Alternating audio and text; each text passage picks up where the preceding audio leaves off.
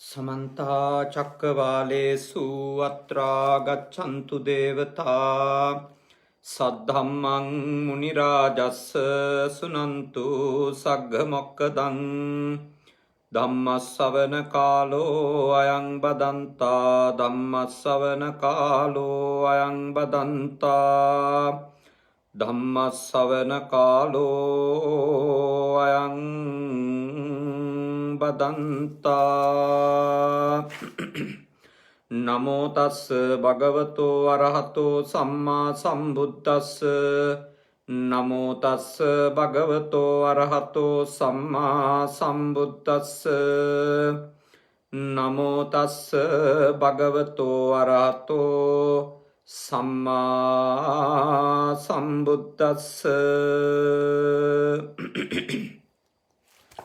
කාරුණික ශ්‍රද්ධාකාමී පින්වතුනි, අද මේ සන්ධ්‍යායාමයේ ඔබ හැම කෙනෙක්ම බුද්ධ පුතුන් මුහුණු පොත සමග එකතු වෙලා සූදානම් වෙන්නේ තාම ශ්‍රද්ධාවෙන් ගෞරවයෙන් යුක්තව තථාගත බුදුරජාණන් වහන්සේ දේශනා කරපු උතුම් ධර්මානුශාසනාවකට ධර්මයට ඔබේ අවධානය යොමු කරන්නට අද මේ සද්ධර්ම දේශනාව අප සිද්ධ කරන්නේ විශේෂයෙන්ම අතුරුගිරිය හපරකඩ ශිලාලංකාර මාවතේ පිහිටා තිබෙන අපේ අනුශාසකත්වයේ යටතේ ඉදි කරලා පවත්වාගෙන යන ආර්යනිකේතන භික්ෂු පුහුණු මධ්‍යස්ථානයේ මේ වසරේ වස්පින්කම් මාලාව වෙනුවෙන් සිත කරන සද්ධර්ම දේශනාවක් ලෙස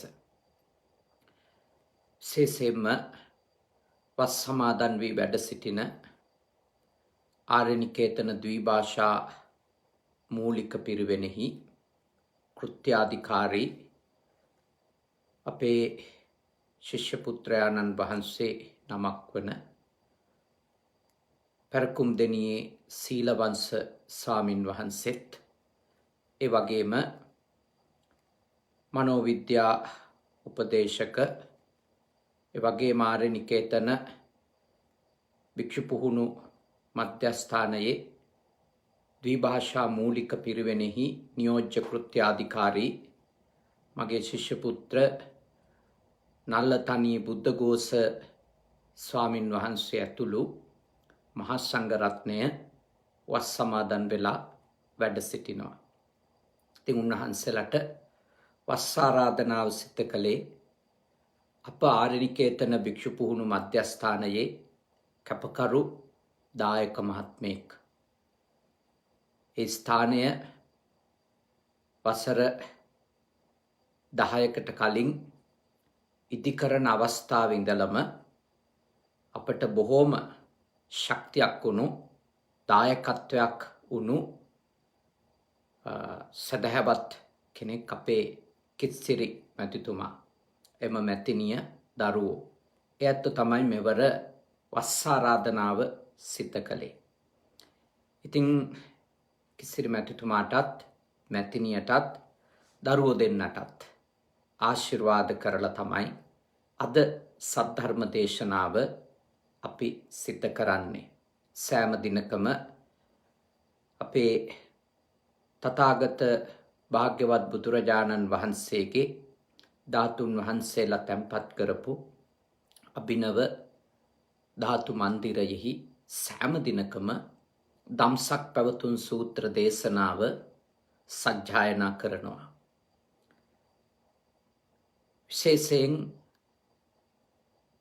ගිලම්පස පූජාවන් සිත කරනවා. සෑම දිනකම දායකයෝ කිසිවෙකුවත් සහභාගී වුණේ නැතත් මේ වස් කාලයේ පුරාම ධම්සක් පැවතුම් සූත්‍ර දේශනාව අඛණ්ඩවම අපේ සේනාසනය තුල සිදු කරනවා.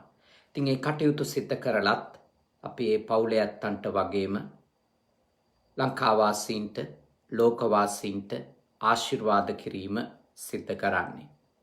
ඉතින් කිත්සිරි මැතිතුමාගෙත් මැතිනියගෙත් නමින් මිය ගියපු ඥාතීන්ටත් පින් දෙමින් ඒ වගේම ඒ පවුලේ එතුමා සහ මෙතිනියටත් දියණිවරු දෙපළටත් ආශිර්වාද කරමින් බණහන ඔබටත් ආශිර්වාද කරමින් ඔබ නමින් මිය ගියපු සියලු දෙනාටත් පින්පෙත් අනුමෝදනා කරමින් තමයි අද දේශනාව සිද්ධ කරන්නේ. තාම හොඳින් ඔබ මේ දේශනා ශ්‍රවණය කරලා ඔබගේ ජීවිතය ආලෝකවත් කරගන්නට මේ දේශනාවන් උපකාර කරගන්නට කියලා මා ඔබට මෙත් සිතින් යුක්තව සිහිපත් කරනවා. මා කල්පනා කළා අපේ ශ්‍රද්ධාවතුන්ට විශේෂයෙන්ම සූත්‍ර පිටකය අසුරු කරගෙන දේශනා මාලාවක් අද ඉඳලා ආරම්භ කරන්න. සූත්‍ර පිටකයේ විශේෂයෙන්ම ගිහි භවතුන්ට ගෘහස්ත ජීවිත ගත කරන අතරතුර ප්‍රගුණ කරගන්නට ප්‍රයෝජනවත්ම වෙන ප්‍රගුණ කරගන්නට හැකියාවක් තිබෙන උතුම් ධර්ම කරුණු ඇතුළත් සූත්‍ර දේශනා තෝරගෙන කෙටි සූත්‍ර දේශනා ඔබත් සමග සාකච්ඡා කරන්නට ඕනි කියලා අප කල්පනා කළා. මං හිතනවා ඒ ඔබට අලුත් අත්දැකීමක් බවට අනිවාර්යයෙන්ම පත්වේවි. අලුත් දැනුමක් ඔබට ධර්මයේ පිළිබඳව ලබා ගන්නටත් ඒ වගේම ඔබ ලබාගෙන තිබෙන ධර්මඥානය තවදුරටත් දියුණු කර ගන්නටත් ඒ දේශනා මාලාවත් උපකාරවත් වේවි. ඉතින් ධර්මදේශකයින්ට වඩා ප්‍රිය ගිහි භවතුන්ට මඟ පෙන්වීමේදී ගොඩාක් උපකාරවත් වෙන්නේ මේ අංගුත්තර නිකායේ තිබෙන සූත්‍ර දේශනා. එයින් කියවෙන්නේ නැහැ මොන හේතුවක් නිසාවත් දීඝ නිකායේ, මජ්ක්‍ධිම නිකායේ, සංයුත්ත නිකායේ, ඛුද්දක නිකායේ තියෙන දේශනා ගිහියන්ට අදාළ නැහැ කියලා. ඒවත් බොහෝම වටින ගැඹුරු දාර්ශනික කාරණා ධර්ම කරුණු සාකච්ඡා වෙච්ච සූත්‍ර දේශනා එහි අන්තර්ගතයි. ඒවා දීර්ඝ සූත්‍ර. ඉතින් අපිට මේ වගේ ධර්ම දේශනාවකදී සංක්ෂිප්තව අරගෙන පැයක් තුල සාකච්ඡා කළ හැකි සූත්‍ර අපි ඒ නිකාය ග්‍රන්ථයන්ගෙනුත් තෝරා ගන්නට අපේක්ෂා කරනවා. නමුත් මූලිකව අංගුත්තර නිකාය පදනම් කරගෙන ඔබත් එක්ක මේ දේශනා මාලාව ඉදිරියට සිද්ධ කරන්නට අප කල්පනා කළා. මේ දේශනා ඇසුරින් ඔබට ඔබේ ගෘහස්ත ජීවිතය, ඔබේ දුවා දරුවන්ගේ ජීවිතය වඩා ලස්සන කරගන්නට, ආලෝකවත් කරගන්නට, දියුණු කරගන්නට උපකාරවත් වෙන බොහෝ ධර්ම කාරණා ඉගෙන ගන්නට අනිවාර්යයෙන්ම ලැබේවි. අද අපි තෝරගන්න සූත්‍රය සේක බල විත්තත සූත්‍රය. සේක බල විත්තත සූත්‍රය. භාග්‍යවතුන් වහන්සේ අංගුත්තර නිකායේ පංචක නිපාතේ තමයි මේ සිද්ධ කරපු දේශනාව අන්තර්ගත වෙන්නේ. පංචමානි භික්කවේ සේක බලානි කතමානි පංච සද්ධා බලං හිරි බලං ඔත්තප්ප බලං විරිය බලං පඤ්ඤා බලං. එය සිංහලට පරිවර්තනය වෙන්නේ මහණෙනි සෛක්ෂ බල නැත්නම් හික්මවිය යුතු පුහුණු කරගත යුතු බල ධර්ම පහක් තිබෙනවා. කවර පස් දෙනෙක්ද යත් ශ්‍රද්ධා බලය, හිරි බලය, ඔත්තප්ප බලය, විරිය බලය සහ ප්‍රඥා බලය. භාග්‍යවතුන් වහන්සේ ඔබට දියුණු කරගන්නට බල ධර්ම පහක් මේ උතුම් දේශනාවේදී පෙන්වලා දෙනවා. මේවා ගෘහ ජීවිතේ ඉඳන් ප්‍රගුණ කරගන්නට පුළුවන් දේවල්. බැරි දේවල්, අපහසු දේවල් නෙමෙයි. ඉන්සයි අපි අද පළමුවෙන්ම මේ සූත්‍රය ඔබත් එක්ක සාකච්ඡා කරන්නට තීරණය කළේ. මොකක්ද මේ ශ්‍රද්ධා බලං නැත්නම් ශ්‍රද්ධා බලය කියලා තථාගතයන් වහන්සේ දේශනා කරන්නේ? ශ්‍රද්ධා බලය කවරේද? මහණෙනි මේ සස්නෙහි අරිසව් කියන්නේ ආර්ය ශ්‍රාවකයන් වහන්සේ සදැහැති වෙයි. කොහොමද ශ්‍රද්ධාවන්ත වෙන්න ඕන? ඉතිපිසෝ භගවා අරහං සම්මා සම්බුද්ධෝ විජ්ජාචරණ සම්පන්නෝ සුගතෝ ලෝකවිදු අනුත්තරෝ පුරුෂ ධම්ම සාරති සත්තා දේව මනුස්සානං බුද්ධෝ භගවාති. කොහොමද තථාගතයන් වහන්සේ පිළිබඳව තමයි මේ පැහැදීම ඇති කරගන්න ඕනෑ කියලා පෙන්වලා දීලා තියෙන්නේ. මේ කරුණෙන් මගේ භාග්‍යවතුන් වහන්සේ අරහන් වෙනවා. සම්මා සම්බුද්ධ නම් වෙනවා. ඒ විදිහට උතුම් බුද්ධ ගුණය පිළිබඳව පැහැදීමක් බෞද්ධයෙක් විදිහට ඔබ ඇති කරගන්න ඕනේ. ඇත්තටම පුද්ගලිකව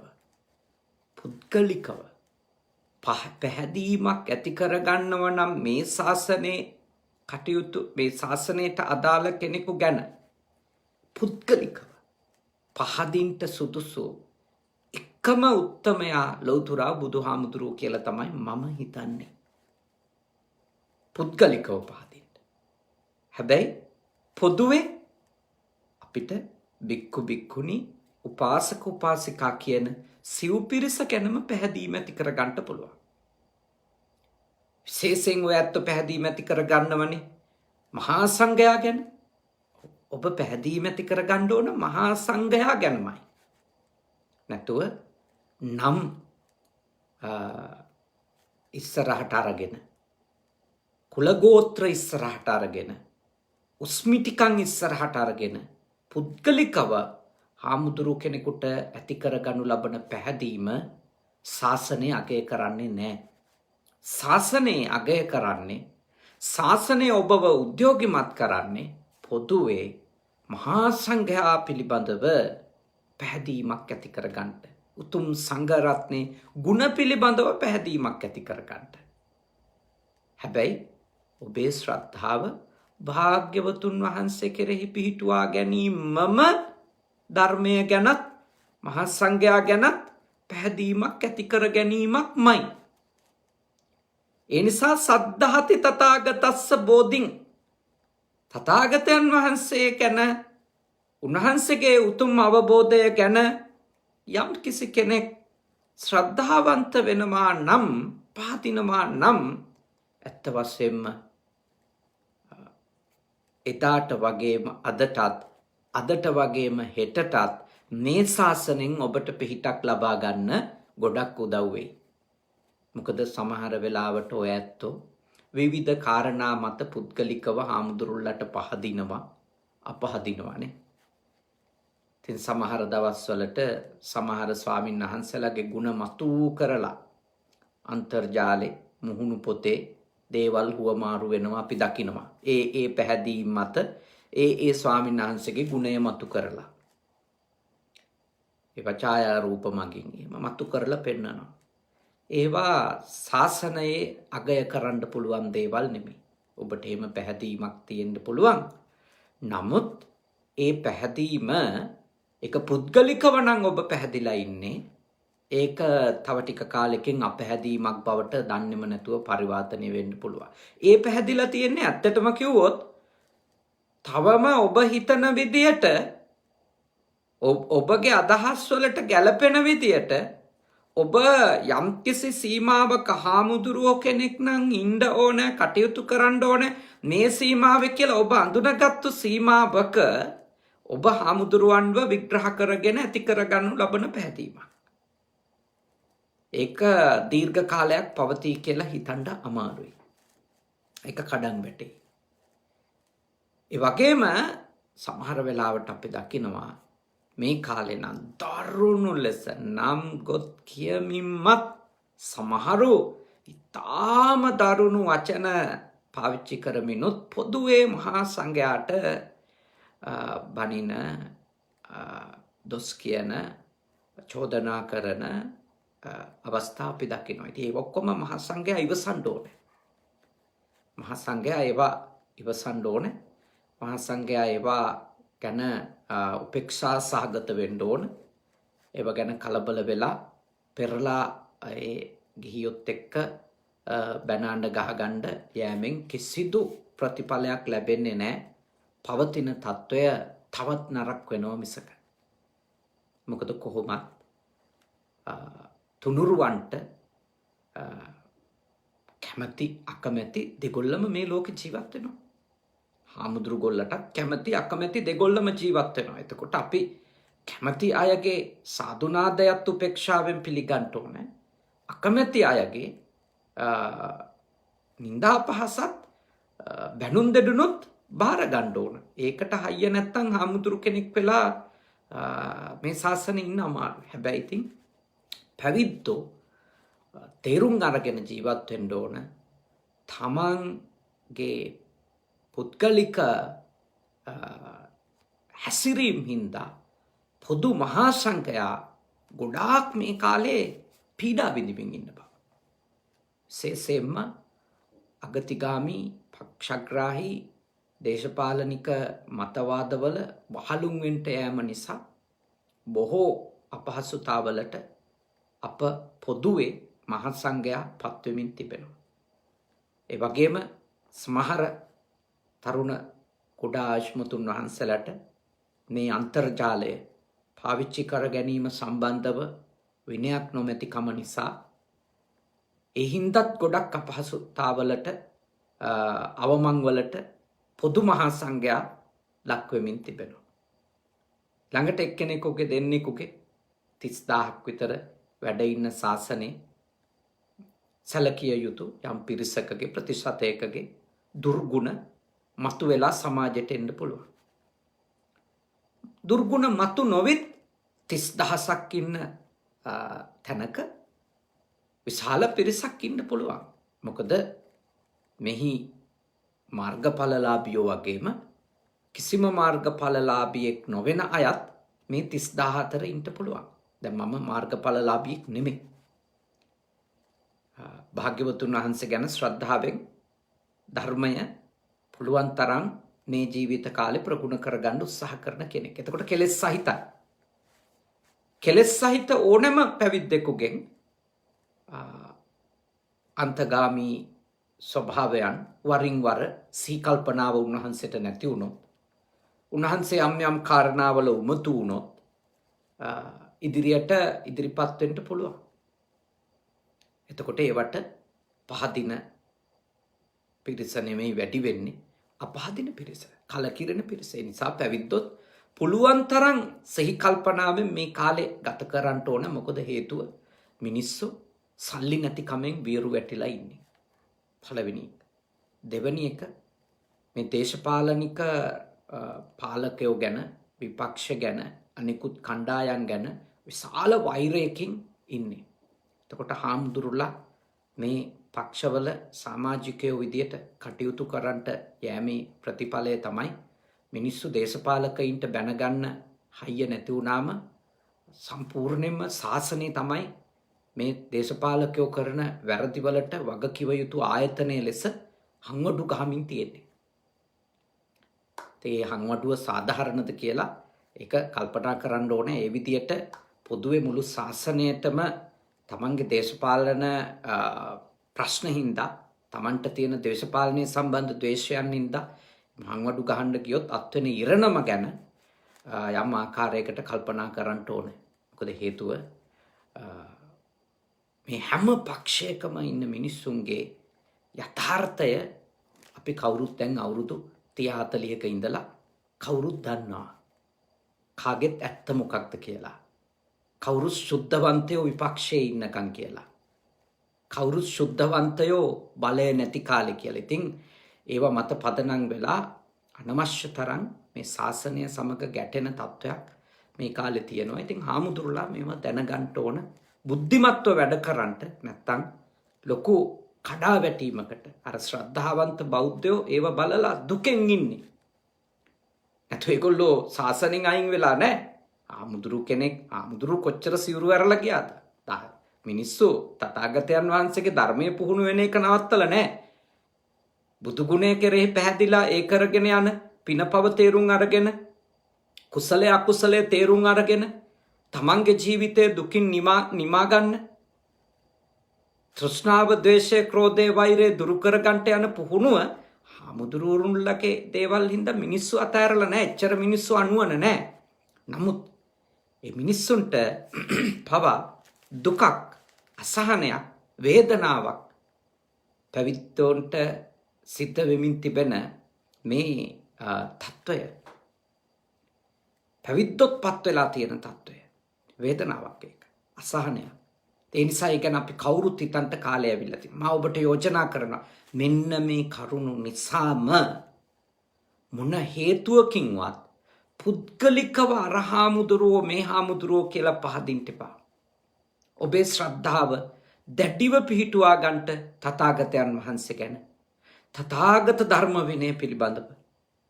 මොකද ඔබ දුකින් නිදහස් වෙන්නේ පුද්ගලයන්ට පැහැදිලා හිටියට නෙමෙයි.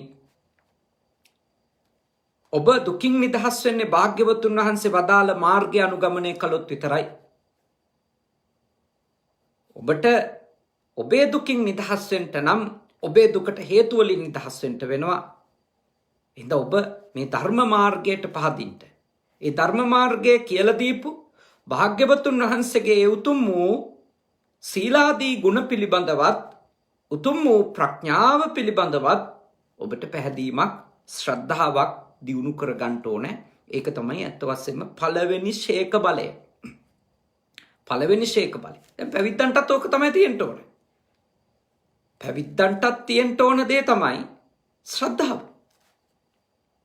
තථාගතයන් වහන්සේ පිළිබඳව ශ්‍රද්ධාවක්, තථාගතයන් වහන්සේගේ උතුම් ධර්ම මාර්ගය පිළිබඳව ශ්‍රද්ධාවක් තියෙන්න ඕන. ඒ ශ්‍රද්ධාව බලවත් වෙන්න සැනසීම හොයන්නේ තථාගත ශාසනයෙන් විතරයි. වෙන තැන්වලින් සැනසීම හොයන්න යන්නේ.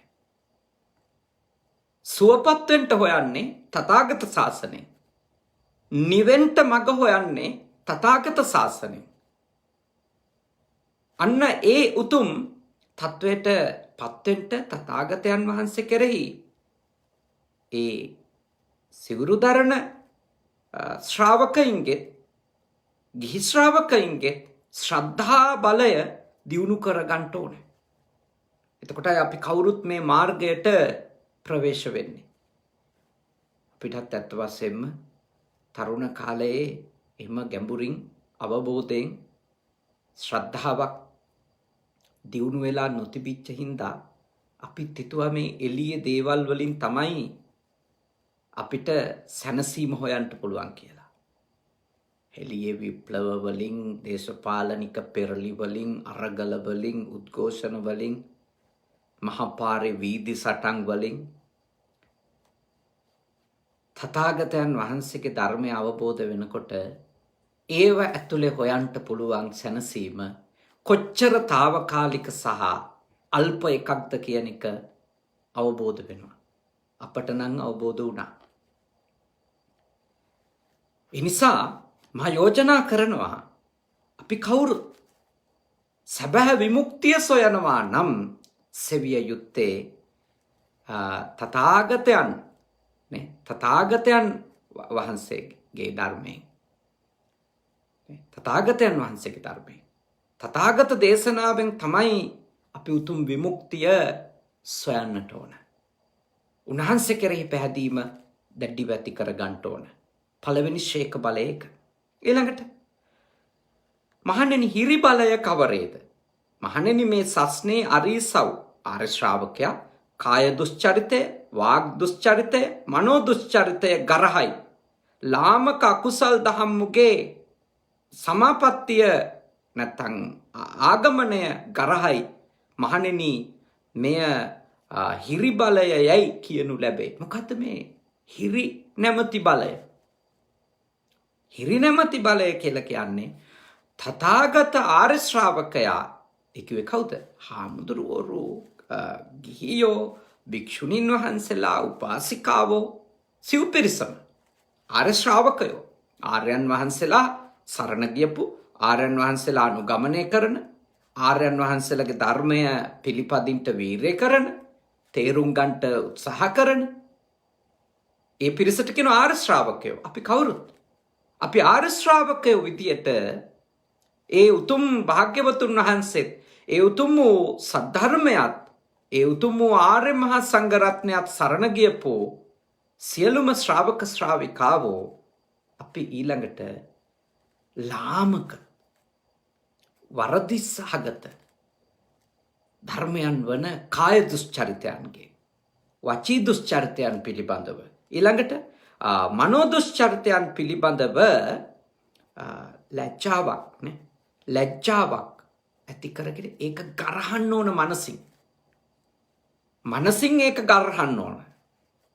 මනසින් ඒ ලාමක කායික හැසිරීම්, ලාමක වාචසික හැසිරීම්, පහත් පෙළේ මානසික තත්වයන් ඇතිවීම පිළිබඳව ලැජ්ජාවක් මනසින්ම ඇති කරගෙන මනසින් ඒවා බැහැර කරන ඒ ශක්තියට කියනවා හිරි.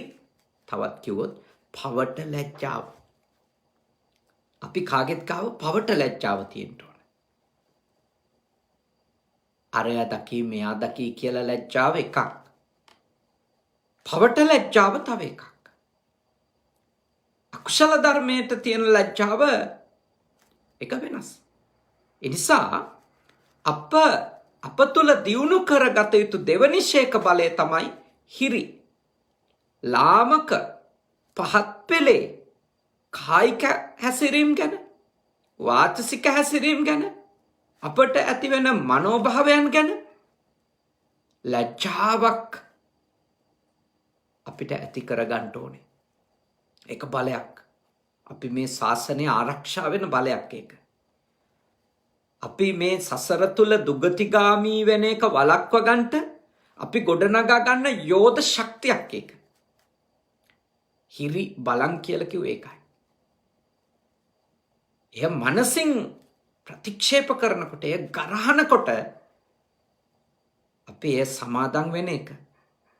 අපි ඒවා අනුගමනය කරන්නට පටන් ගන්න එක. නැත්තම් ඒ කාය දුස්චරිතයන්හි, වචී දුස්චරිතයන්හි, මානසික දුස්චරිතයන්හි අපි වහල් වෙන එක නවතිනවා. ඉඳලා හිටලා හරි එවැනි තත්වයකට ඇද වැටුණත් ආයෙත් සිහිය උපදවාගෙන තමන් ලැජ්ජ වෙනවා. ඇයි මම මෙතෙන්ටපත් උනේ කියලා.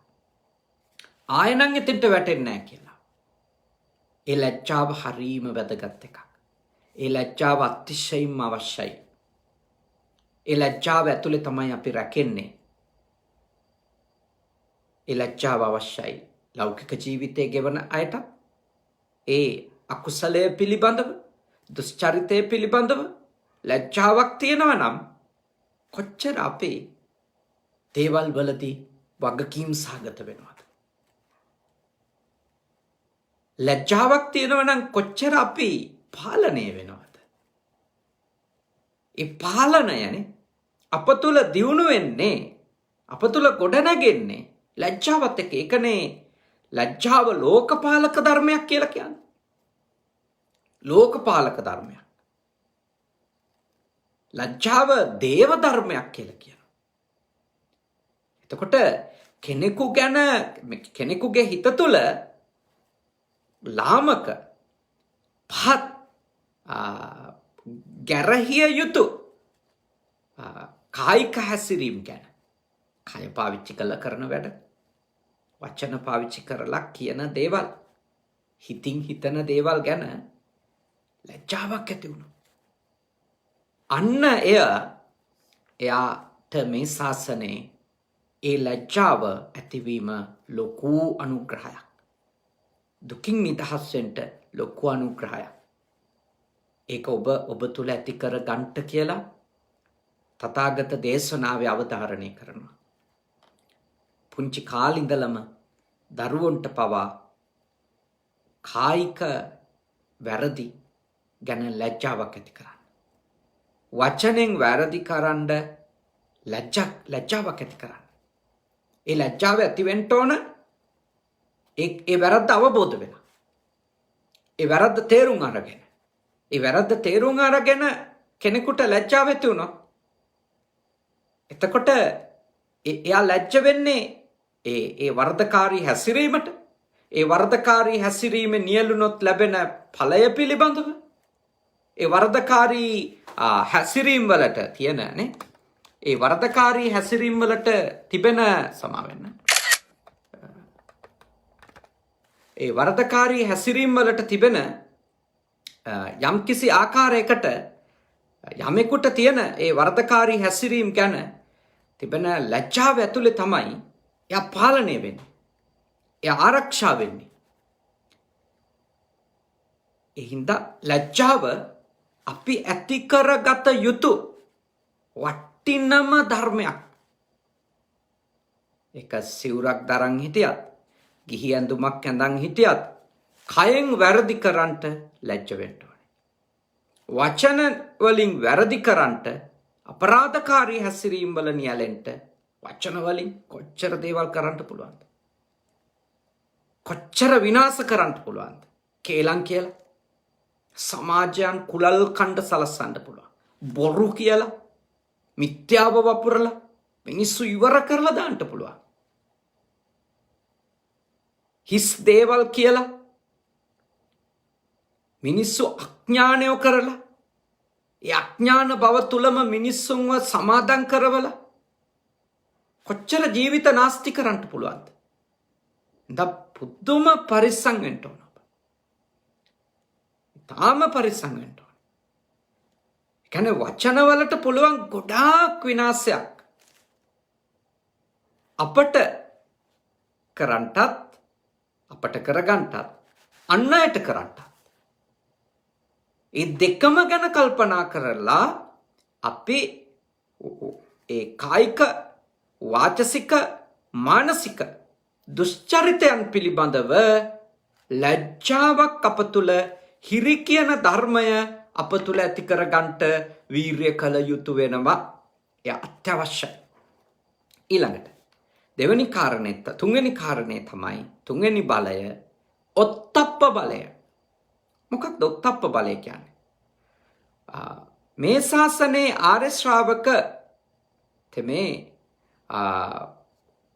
කාය දුෂ්චරිතෙන්, වාග් දුෂ්චරිතෙන්, මනෝ දුෂ්චරිතෙන් බාණය කියන්නේ බය වෙනවා කියන්නේ.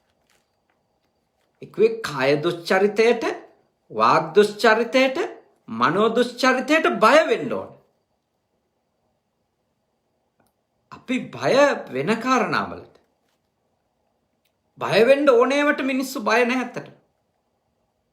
බය විය යුතු නැති ඒවට මිනිස්සු හරි බයයි. පුදුම බයයි. උදාහරණයක්, මිනිස්සු ඉතාම බයයි ඇත්ත කතා කරන්න. ඇත්ත කතා කරන්න මිනිස්සු බයයි. බොරු කියන්න බය නැහැ. සමගියට හේතු වෙන දෙයක් කියන්න ඒවට බයයි. කේලම් කියන්න බය නැහැ. බය නැහැ කේලම් කියන්න ගොඩක් අය. ලස්සනට කතා කරන්න මිනිස්සු බයයි. බය කියන්නේ හිතන හොඳට කතා කරොත් එහෙම පාලනය කරගන්න බැරි වෙයි. නාහෙට අහන්න නැති වෙයි. හොඳට කතා කළොත් එහෙම ඔලුවට නගින්නේ. කොහොම මේ හොඳට කතා කරන්න බයයි. හැබැයි තමන් සසරේ ලොකු හානියක් තමන්ට කරගන්නට හේතු වෙන, තමන්ට ලොකු විපාක ටිකක් එන පරුස වචන කියන්න බය නැහැ. ඒකයි මං කිව්වේ මිනිස්සු බය වෙන්න ඕන එකට බය නැහැ.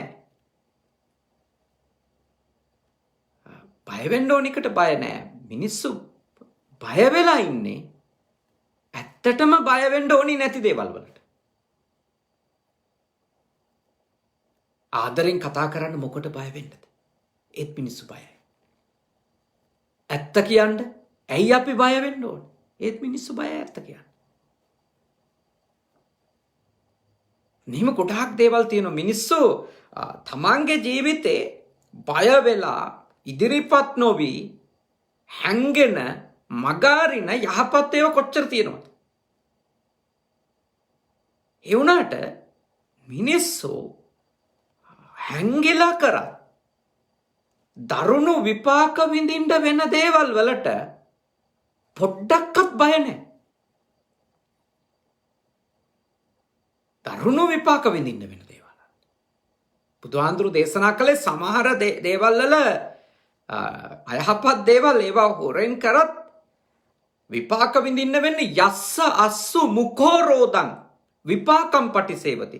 කඳුළු පුරෝගෙන, කඳුළු වගුර තමයි විපාක විඳින්න වෙන්නේ. මිනිස්සු බය නැහැ ඒවට. පොඩ්ඩක්වත් හිතන්නේ මම මේ කරන වැඩේ ප්‍රතිඵලය මොකක්ද වෙන්න පුළුවන් මට කියලා. මගේ මෙලොව ජීවිතේට, මගේ පරලොව ජීවිතේට. ඔය ගොඩක් අයට වෙලා තියෙන්නේ සංසාරේ කරපෝ සමහර පින් නිසා දේවල් ලැබෙනවා. දීපු දේවල් ලැබෙනවානේ. සංසාරේ සීලාදී ගුණයක් රැකලා තියෙන නිසා ඒ මිනිස්සුට මනුස්සාත්මිකුත් ලැබිලා තියෙනවා. ඉතින් දැන් මෙතනදී සම්මාදිට්ඨියක් නැති වුණොත් ඒ ලැබිච්ච ටිකම තමයි එයාගේ විනාශය බවට එයා පරිවර්තනය කරගන්නේ.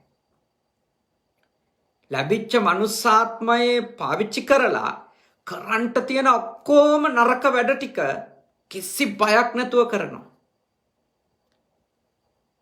කටක් ලැබිලා තියෙන නිසා වචන උච්චාරණය කරන්න පුළුවන් නිසා හිත කේලම් පරුස වචන හිස් වචන බොරු කිසිම හිරිකිතක් නැතුව ඒව කියලා දානවා. හිතින් කොච්චර නරක නපුරු සිතුවිලි එක්ක දවස ඉන්න මිනිස්සුද ඉන්නේ? බහුතරය. එය ඇඳන් ඉන්න ඇඳුම මේකට අදාළ නැහැ. මිනිස්සුયો කියලා මම පොදුවේ ගන්න ඔක්කොම. ගිහි වේවා, පැවිදි වේවා, උගත් වේවා, නූගත් වේවා, සල්ලි තියන අය වේවා, සල්ලි නැති අය වේවා. මේ හැමෝම ඇතුලේ ඉන්න මේ මනුෂ්‍ය සත්වයානේ. එය මේ පවට බය නැති එක හරිම භයානක දෙයක්. කෙනෙකුට තමන්ට අයහපත පිණිස දැඩි ලෙස බලපාන දෙයක් අපරාධකාරී වරදකාරී සාවද්‍ය හැසිරීම් වලට සහ ඒ හැසිරීම් වලට මුල් වෙන සිතුවිලි වලට එයාගේ හිතේ බයක් නැති එක. තමන් එච්චර ලොකු පාපයන්ට පොළඹවන ඒ මානසික තත්ත්වය ගැන එයාට බයක් නැහැ කියන එක ඒක හරිම නරකක්, සත්වයාට අයහපතක්. ඒ හින්දා තමයි බුදුදහම යෝජනා කරනවා ඔබ බය වෙන්න ඕන. මොකටද? පවට කියලා. ඔබ බය වෙන්න ඕන පවට. කාය දුස්චරිතයට, වාග් දුස්චරිතයට, මනෝ දුස්චරිතයට එච්චරට බය වෙන්න ඕන. ඔබ බය වෙන්න ඕනද සභාවකට කියලා කතා කරන්න? නැහැ. ඔබ බය වෙන්න ඕනේද ඔබට වැරද්දක් වුණොත් නීතිය හමුවට යන්න? නැහැ. ඔබ බය වෙන්න ඕනිද ඔබට සිද්ධ කරන අසාධාරණයට එරෙහිව ඔබේ අදහස කියන්න? බය වෙන්න එපා. ප්‍රශ්නේ ඒත් බය වුණොත් බය ඇතුළෙම ඔබව තල්ලා දායි. බය ඇතුළෙම ඔබව පීඩාවටපත් කරලා දායි. ඒක තමයි මුළු ලෝකෙම වෙන්නේ. බයයි කියලා දැනගත්තොත් තව ටිකක් බයවත් වෙනවා. අපි නිවැරදි දෙයට බය වෙන්න ඕනේ. අපි කතා කරන්නේ හරි දේ නම් බය වෙන්න ඕනේ. ඒකට කැමති අයත් ඉන්නවා, කැමති අයත් ඉන්නවා. දැන් අපි හරි දෙයක් කියපු ගමන් කොච්චර අදහස හරි වුණා ඒක භාග්‍යවතුන් වහන්සේගේම මගේ සමහර වෙලාවට අපි කියන දේවල් මගේ අදහසුත් මං කියන වෙලාවල් තියෙනවානේ. හැබැයි සමහර කාරණා උපුටලම දක්වනවා මේක පෙළ දහමේ තියෙන දෙයක්. හැබැයි ඒකට විරුද්ධයි ඉන්නවා. ඒ කියන්නේ බුදුහාමුදුරුවෝ හරි කියන්න ඕනේ යාලට ආස විදියට කියලා තමයි හිතන් ඉන්නේ. ධර්මයේ තිබුණත් ඒක Tamanට ආස විදියට කියවිලා නැත්තම් තමන්ගේ දෘෂ්ටියට ගැලපෙන විදියට තමන්ගේ කෝණයට තමන්ගේ කණ්ණාඩියට හොඳට අහු වෙන විදියට කියලා නැත්තම් ඒක නම් හරි නෑ. මතක තියාගන්න. ඔබ තාම අවබෝධයෙන් ජීවත් වෙන්න ඕන මේ වගේ මනෝභාවයන් එක්ක.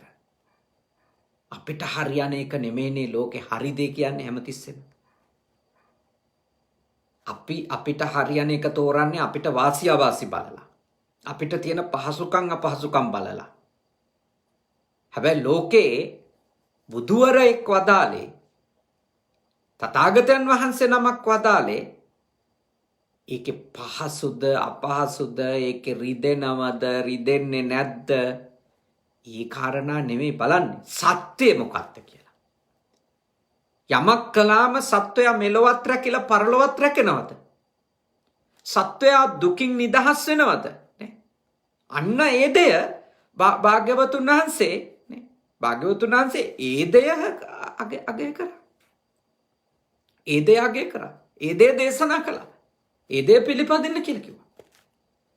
ඒ නිසා මා ඔබට මෙත් සිතින් යෝජනා කරනවා ඔබ ඔබේ ජීවිතය තුළ ප්‍රගුණ කරගන්න වීරය කරන්නට උත්සාහ කරන්නට පවට බය වෙනවා කියන ධර්මය. ඒක බලයක්. ඒක දුබලකමක් නෙමෙයි. පවට බයවීම කියන එක බලයක්. පව එකක්. තමන්ට තියෙන බලයක් මොකද්ද? පවට බයයි. තමන්ට තියෙන බලයක් මොකද්ද? පවට ලැජ්ජයි. පවට ලැජ්ජකම, පවට බයකම කෙනෙකු තමන්ට තියෙන ලොකු බලයක් ලෙස පාවිච්චි කරන්න ඕන. මා ඔබට යෝජනා කරන ඒ බලය ඔබ තුල ඇති කරගන්න කියලා. හිරි ඔත්තප්ප. දැන් අපි බල ධර්ම තුනක් කතා කළා. පළවෙනි එක ශ්‍රද්ධා බලය. දෙවෙනි එක හිරි ලැජ්ජාව නැමැති බලය. තුන්වෙනි එක ඔත්තප්ප බය නැමැති බලය. මේ බල ධර්ම තුන ඔබ දියුණු කරගන්න. හතරවෙනි එක වීරිය බලය. වීරිය කියන බලය ඔබ තුල දියුණු කරගන්න ඕන. මොකද්ද වීරිය කියලා කියන්නේ?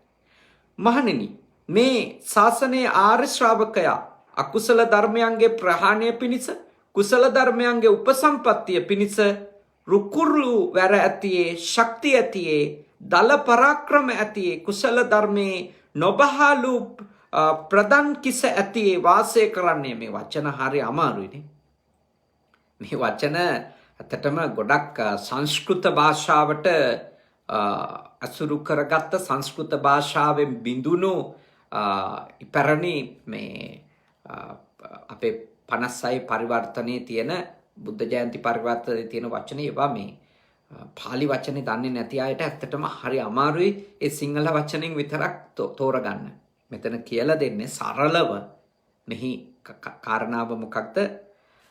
ඒ කියන්නේ දැනට තමන්ගේ ගාව තියෙන අකුසල ධර්මයන් දුරු කරන්න සහ තමන්ගේ ගාව යහපත් කුසල ධර්මයන් දියුණු කරගන්නට යම් කිසි කෙනෙකු ගාව නැගී සිටි වීර්යයක් දැඩි පරාක්‍රමයක් ශක්තියක් ඇතුව කටයුතු කරනවා නම්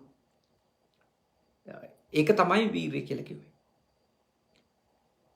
වීර්ය බලය කියලා කිව්වේ මේ ශාසනයේ අකුසලයෙන් දුරු වෙන්න දරන වීර්යය. කුසලයෙහි යෙදෙන්න දරන වීර්යය. සබ්බ පාපස්සකරණං කුසලස්ස උපසම්පදා. වීර්යයේ ප්‍රධාන අංග දෙකනේ. සියලුම අකුසල ධර්මයන්ගෙන් අයින් වෙන්නයි කුසල ධර්මයන් තමන් තුළ දියුණු කරගන්නයි. තමන් තුළ ඇති කරගනු ලබන දැඩි ඕනෑකම, කැමැත්ත, උත්සාහය,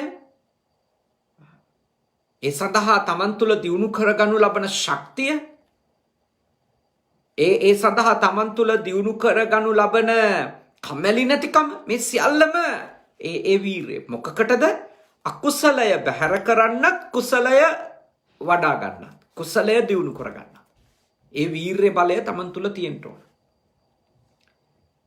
එය අපිට දුකින් නිදහස් වීමට උපකාර වන තාම වටින තාම උතුම් උසස් බල ධර්මයක් සිව්වන බලයක්. දැන් බල ධර්ම 7ක් කෙටියෙන් ගොඩාක් විස්තර නැහැ. මොකද අපිට මේ මාතෘකා නැවත තව හමු වෙනවා. එතකොට අපිට තව කරුණු කතා කරන්න පුළුවන්. කෙටියෙන් අපි කතා කරමු. අන්තිම කාරණේ ප්‍රඥා බලයනේ. ප්‍රඥා බලය. මහණෙනි, මේ ශාසනයේ ආර්ය ශ්‍රාවක තෙමේ ස්කන්ධයන්ගේ උදය පිළිබඳව සමත් ආර්ය කෙලෙසුන් කෙරෙන් වෙන්ව සිටින කෙනාට කියනවා ආර්ය කියලානේ. පරිසුද්ධ වූ නිර්වේදිකා වූ කෙලෙස් බිඳුනට සමත් කියන එක. සම්‍යක් හේතුන් විසින් වට කෙලෙස් දුක් ගෙවමින් විදර්ශනා මාර්ග ප්‍රඥාවෙන් සමන්වාගත වූයේ ප්‍රඥාවන්ත වෙයි. සරලව මෙහෙම තේරුම් ගන්න. මේ ආර්ය ශ්‍රාවකයා ප්‍රඥාවන්ත වෙනවා කියන එකේ අදහස තමයි මේ සසර ගමන අපේ මේ පංචස්කන්ධය කියලා ගමු.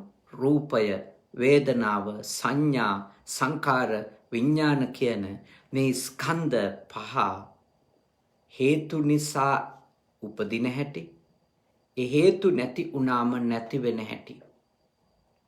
පංචස්කන්ධයෙහි උදය සහ වය, ඇතිවීම සහ නැතිවීම පිළිබඳව ගැඹුරු නුවණක් තමන් තුළ ඇති කරගන්න එක තමයි පස්වන බල ධර්මය. හැබැයි තාම ගැඹුරු විදර්ශනා ඥානයක් තමන් තුළ දියුණු කර ගැනීමයි එහි අදහස් කරන්නේ.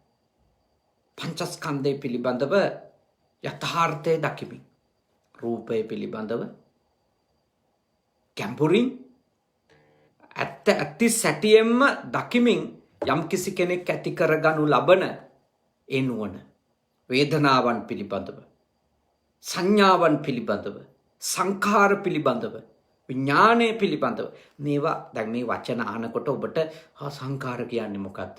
විඥානේ ඒ මොකක්ද? ප්‍රශ්නේ නෝ. බය වෙන්න එපා. ඉදිරි ධර්මදේශනා තියෙන නිසා තව රාශියක් මේ වචනවල එක් අර්ථත් අපි සාකච්ඡා කරනවා සරලව. දැනට ඔබ අද දේශනාවේදී තේරුම් ගත්තම ප්‍රමාණවත්. ස්කන්ධයන්හි ඇතිවීමත් පංචස්කන්ධයෙහි නැතිවීමත් පිළිබඳව, උදය වය ඇතිවීම සහ නැතිවීම පිළිබඳව යථාභූත ඥාන දර්ශනය නැත්නම් විදර්ශනා නුවණ උපදවා ගැනීම තමයි ප්‍රඥා නම් වූ ශේක බලය තුල අන්තර්ගත වෙන්නේ. ඒවා විස්තරාත්මකව අපට ඉදිරියට සාකච්ඡා කරන්න පුළුවන්. ඉදිරියේ පැවැත්වෙන දේශනාවල. මොකද මේ සූත්‍ර ධර්ම ඇසුරු කරගත්තු මේ දේශනා මාලාවේ භාග්‍යවතුන් වහන්සේ වදාළ මේ මූලික ධර්ම සංකල්ප එකින් එක අපිට හමු වෙනවා. මුලින් අපි වෙරළට යමුකෝ. පස්සේදී ටික ටික අපිට දියඹට යන්න පුළුවන්. මුලින් වෙරළට නොගිහිල්ලා දියඹට යන්න කලබල වෙන්න ඕනේ නැහැ. දියඹට ගියපු හැමෝම වෙරළ පහු කරන් තමයි දියඹට ගිහින් තියෙන්නේ. එනිසා මේක අහපු ගම ඒක නම් තේරෙන්නේ නැහැ. ඒක නම් අමාරුයි. ඒ වචනේ මොකද්ද දන්නේ කලබල වෙන්න එපා. මම දන්නවා මෙතන බණ අහනවා බෞද්ධ අය, මෙහි බණ අහනවා කතෝලික අය, මෙහි බණ අහනවා ඉස්ලාම් අය. කාටත් මේ තේරුම් ගන්න පුළුවන් වෙන්න ඕන. මොකද බුදුහාමුදුරෝ බෞද්ධයින්ටමයි බණ කිව්වේ කියලා එකක් නැහැනේ. බුදුහාමුදුරෝ බණ කිව්වේ මිනිස්සුන්ට. ඒ ධර්මයේ තේරුම් ගත්ත පිරිස බුදුහාමුදුරෝ ගැන පැහැදුනා. ඊට පස්සේ අපි තමයි ඒ අය බෞද්ධයෝ කියලා හඳුන්වන්නේ. නැත්තම් උනේ තුනුරුවන් අනුගමනය කරන්න, තුනුරුවන් සරණ යන්න පටන් ගත්තේ අවබෝධය ආපු අය. ඒගොල්ලෝ බෞද්ධ කියලා මේ ලෝකේ හඳුන්වන සම්මත වචන වලින් අපි හඳුන්වනවා. අවබෝධය සොයාගෙන යනවා කියන අර්ථය. කොහොමුණත් අද දවසේ මේ දේශනාවේදී ඔබ බල ධර්ම පහ තමන් තුළ දියුණු කරගත යුතු බවට මඟ පෙන්වන ඊටාම වටින සූත්‍රයක් සාකච්ඡා කළා. ඒ තමයි සේක බල විත්තත සූත්‍රය.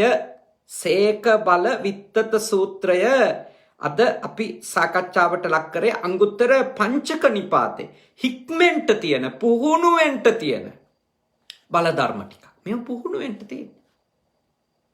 පුහුණුව නිමා කරපු අය ගැන නෙවෙයි මේ කතා කරන්නේ. මේ බණ අහන, මේ බණ කියන ඔබ සහ මට කරන්න තියෙන දේවල්.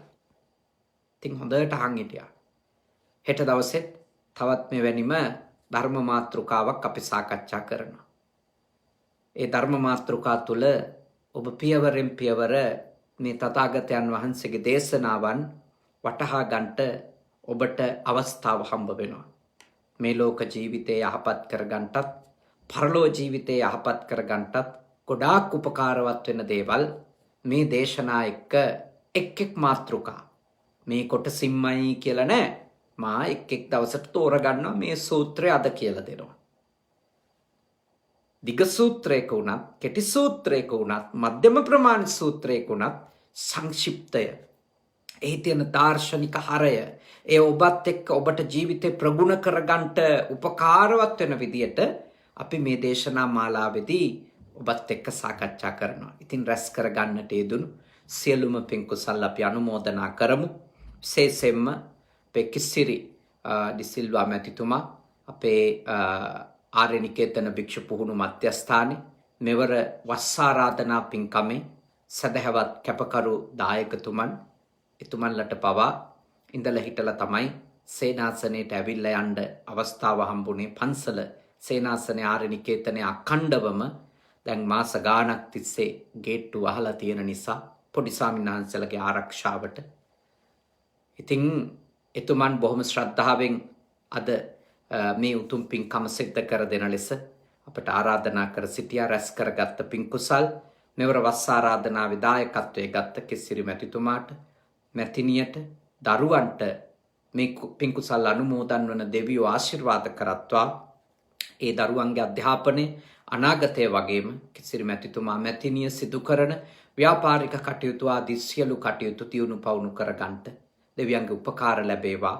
වස් සමාදන් වී වැඩ සිටින ආර්යනිකේතනේ මගේ ශිෂ්‍ය පුත්‍ර ආර්යනිකේතන ද්විභාෂා මූලික පිරිවෙනේ කෘත්‍යාධිකාරී පරකුම්දෙනිය සීලවංශ ස්වාමින් වහන්සේ, ඒ වගේම මනෝවිද්‍යා උපදේශක දරුවන්ටත් වැඩිහිටියන්ටත් ලොකු මඟ පෙන්වීමක් මනෝවිද්‍යාව ඇසුරු කරගෙන සිදු කරන ජීවිතවල තියෙන දුක්ගිනි නිවාලන්නට බොහෝ කැපවීමක් කරන අපේ නියෝජ්‍ය කෘත්‍යාධිකාරී මගේ ශිෂ්‍ය නල්ලතනී බුද්ධඝෝෂ ස්වාමින් වහන්සේ ඇතුළු මහා සංඝරත්නය වස් සමාදන් වෙලා වැඩ සිටිනවා. උන්වහන්සේලාටත් බණ අහපු ඔබටත් සියලු දෙවියන්ගේ ආශිර්වාදයෙන් නිදුක් බව ලැබේවා, නිරෝගී බව ලැබේවා, සුවපත් බව ලැබේවා. සියලු දෙවිවරු මේ පින් අනුමෝදන් වී නිවන් දකිත්වා. සාදු සාදු සාදු. කිසිරි මැතිතුමා මැතිනිය ඇතුළු ඒ පවුලේ ඇත්තන් නමින් මියගිය ඥාතීන්ටත්, බණ අහපු ඔබේ නමින් මියගිය ඥාතීන්ටත් මේ පින් කුසල් අත්වේවා. උතුම් අමා මහ නිවනම අවබෝධ වේවා. සාදු සාදු සාදු. අවසාන වශයෙන් කනගව සුගත භාවනා මධ්‍යස්ථානයේ ෆුජි සුගත සේනාසනය, කංසයි සුගත භාවනා මධ්‍යස්ථානයේ ඇතුළු මේ සේනාසනයන්ගේ ආධිපත්‍ය ඔබවන අතිපූජනීය හුරුළුනික වැවේ සුදම්ම අපේ සහෝදර මාහිමිපාණන් වහන්සේ, කනගව සුගත භාවනා මධ්‍යස්ථානාධිකාරී මගේ සහෝදර පූජනීය අම්පිටිය සද්ධාවාස ස්වාමින් වහන්සේ ඇතුළු මහා සංඝරත්නයටත්, බණ අහපු ඔබටත්, මෙවර වස් ආරාධනාවේ දායකත්වයේ ගත්ත කිසිරි මැතිතුමා මැතිනිය ඇතුළු ඒ පවුලේ දියණිවරු දෙපළටත්, ඒ ඥාතීන්ටත්, අපි සියලු දෙනාගේම සසර ගමනේ හමු වුණු නෑයන්ටත් නිවන් දකින්නට මේ පින් කුසල් පාරමී වේවා. සාදු සාදු සාදු. ආකාසට්ටා ච බුම්මට්ටා දේවා නාග මහිත්‍තිකා පුඤ්ඤන්තං අනුමෝදිත්වා චිරන් රක්칸තු ශාසනං. ආකාසට්ටා ච බුම්මට්ටා දේවා නාග මහිත්‍තිකා පුඤ්ඤන්තං අනුමෝදිත්වා චිරන් රක්칸තු දේශනං. ආකාසට්ටා ච බුම්මට්ටා දේවා නාග මහිත්‍තිකා පුඤ්ඤන්තං අනුමෝදිත්වා චිරන් රක්칸තු මම් පරන්ති තී. ඔබ හැමදෙනාම නිදුක් වෙත්වා, නිරෝගී වෙත්වා, සුවපත් වෙත්වා. සාදු සාදු සාදු.